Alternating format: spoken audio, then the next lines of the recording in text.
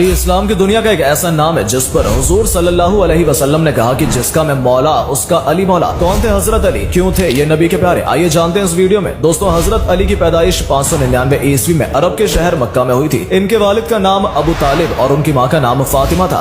ये रिश्ते में पैगम्बर इस्लाम यानी हजरत मोहम्मद सल्लल्लाहु अलैहि वसल्लम के न सिर्फ चाचा बल्कि भाई, बाद में अली पैगम्बर इस्लाम के दामाद भी बन गए थे, क्योंकि आगे चलकर हजरत मोहम्मद साहब ने अपनी प्यारी बेटी हजरत फातिमा जहरा का निकाह अली के साथ करवा दिया था। करबला में शहीद होने वाले मशहूर इमाम हुसैन राजी अल्लाह तुल्ला अन्हु भी हजरत अली के ही बेटे थे और यही वजह थी कि वो पैगम्बर हजरत मोहम्मद सल्लल्लाहु अलैहि वसल्लम के नवासे भी थे। दोस्तों, जिस वक्त हजरत अली का जन्म हुआ था उस वक्त पैगम्बर इस्लाम हजरत मोहम्मद सल्लल्लाहु अलैहि वसल्लम की उम्र लगभग 30 साल थी। इसका मतलब ये कि अली पैगम्बर इस्लाम से 30 साल छोटे थे। दोस्तों, हजरत अली की गिनती उन लोगों के साथ की जाती है जिन्होंने इस्लाम धर्म को सबसे पहले अपनाया था। इस्लाम धर्म कबूल करते वक्त हजरत अली की उम्र सिर्फ 8 साल थी। हजरत अली ने बचपन से ही अच्छी तरह से पढ़ाई करना सीख लिया था, जो उस समय में एक बहुत बड़ी बात हुआ करती थी, क्योंकि इतनी कम उम्र में कोई भी इंसान पढ़ना लिखना नहीं सीख पाता था। साथ ही साथ हजरत अली ने उसी उम्र में ही घुड़सवारी, तीरंदाजी और तलवारबाजी जैसी चीजें भी सीख ली थी, जो आगे चलकर न सिर्फ उनकी पहचान बन गई बल्कि उनकी ये खूबी उनको दूसरों से काफी अलग भी बनाती थी। 53 साल की उम्र में जब हजरत मोहम्मद ने मक्का शहर छोड़कर मदीना जाने का फैसला किया तो इस फैसले की वजह से दूसरे मुसलमानों ने मक्का शहर छोड़कर मदीने की तरफ जाना शुरू कर दिया। मदीने में आबाद होने से सिर्फ और सिर्फ 2 साल बाद हजरत मोहम्मद ने अपनी बेटी फातिमा की शादी हजरत अली से करवा दी। जिस वक्त हजरत अली का निकाह पैगम्बर इस्लाम यानी हजरत मोहम्मद सल्लल्लाहु अलैहि वसल्लम की बेटी से हुआ था, उस वक्त हजरत अली के पास सिर्फ और सिर्फ एक घोड़ा जिरा मौजूद था। हजरत अली ने अपना वो जिरा हजरत उस्मान राजी अल्लाह तआला अन्हु के हाथों में बेच दिया। बता दें कि उस वक्त हजरत उमर की गिनती सबसे अमीर मुसलमानों में की जाती थी। हजरत उस्मान ने अली से वो जिरा 480 दिरहम में खरीदा था और जिरा खरीदने के बाद उस जिरा को हजरत अली को ये कहते हुए वापस कर दिया था कि ये मेरी तरफ से तुम्हारे लिए निकाह का तोहफा है। अली ने उन 480 दिरहम से न सिर्फ अपने निकाह के लिए सामान खरीदा बल्कि अपने घर के खर्चे के लिए भी पैसे बचाए और साथ ही साथ उन्हीं पैसों से ही मदीना के लोगों के लिए वलीमे की दावत का भी इंतजाम किया था। हजरत अली के निकाह के कुछ दिन बाद यानी उसी साल मुसलमानों के इतिहास की पहली जंग भी पेश आई थी, जिसे हम और आप जंगे बदर के नाम से जानते हैं। ये वही जंग थी जिसके बारे में आप अक्सर सुनते रहते होंगे कि 313 मुसलमानों ने 1000 से भी ज्यादा लोगों को हराया था। इसी जंग में अबू जहल नाम का वो सरदार भी कत्ल कर दिया गया था जिसे मुसलमानों का सबसे बड़ा दुश्मन माना जाता था। जंगे बदर के बाद भी मुसलमानों ने कई जंगें लड़ी और लगभग सभी जंगों में हजरत अली न सिर्फ शामिल हुए बल्कि एक अहम किरदार भी अदा किया था। दोस्तों, हजरत अली ने अपनी जिंदगी में कई जंगें लड़ी, लेकिन जंगे खैबर वो जंग थी जिसमें हजरत अली ने दुश्मनों के लश्कर में तबाही मचाकर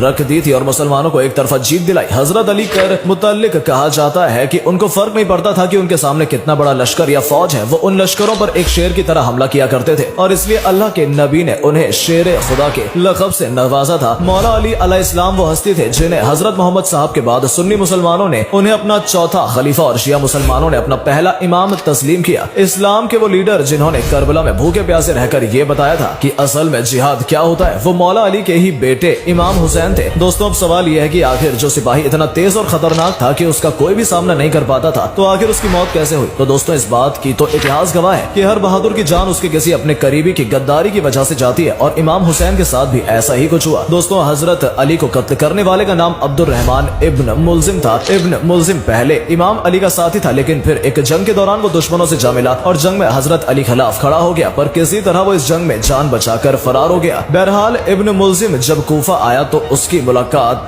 कत्ताम नामी औरत से हुई। ये वही औरत थी जिसके बाप को हजरत अली ने जगह मेहरबान में कत्ल किया था, लिहाजा कत्ताम हजरत अली के खून की प्यासी थी। कहते हैं कि इब्न मुल्जिम ने जब कत्ताम को देखा तो उसका आशिक हो गया। बता दें कि कत्ताम एक हसीनो जमील और खूबसूरत अरब खातून थी। इब्न मुस्लिम के कत्ताम से शादी की ख्वाहिश की। इस पे कत्ताम ने कहा कि मुझसे शादी करने के लिए तुम्हें मेरी 3 शर्तें पूरी करनी होंगी। कत्ताम ने इब्न मुल्जिम से कहा कि अगर तुम मुझसे शादी करना चाहते हो तो हजरत अली को कत्ल कर दो। ये बात सुनते इब्न मुल्जिम दंग रह गया और बोला कि अली को कौन कत्ल कर सकता है, वो एक बहुत बहादुर सिपाही है। फिर कत्ताम ने कहा कि मैं मालो दौलत नहीं चाहती हूँ, लेकिन अली को तुम्हें जरूर मारना होगा क्योंकि उसके द्वारा मेरे बाप का कत्ल किया गया है। लिहाजा इब्न मुल्जिम उससे निकाह की खातिर इस बात पर तैयार हो गया। कत्ताम ने 2 आदमी जिनका नाम फरदान और शबीबी था उनको इब्न मुल्जिम के साथ भेज दिया और 19 रमजानुल मुबारक की सुबह इब्न मुल्जिम मस्जिद जा पहुंचे। उसने कपड़े में जहर से भरी तलवार को लपेटकर कपड़े में छुपा लिया ताकि मौका मिलते ही हजरत अली पर वार कर सके। यह सन 40 हजारी का साल था और माह रमजान के आगाज पर इमाम अली अलैहिस्सलाम की उम्र 63 वर्ष हो चुकी थी। हजरत अली रमजान में अपने बच्चों के घर ही इफ्तार फरमाया करते थे और गजा से 3 लुकमों से ज्यादा न खाते। कुछ बच्चों ने जब इतना कम खाना खाने की वजह पूछी तब हजरत ने फरमाया कि अब कुछ ही समय रह गया है, खुदा ताला का फरमान आ चुका है और मैं चाहता हूँ कि ऐसे वक्त में मेरा पेट खाली हो। 19 रमजान आप अपनी बेटी के घर पर मेहमान थे। इफ्तार में बेटी ने 2 रोटियां, दूध और नमक पेश किया तो आप अलैहिस्सलाम ने खाने से गौर से देखा तो फरमाया दूध का प्याला उठा लो, और फिर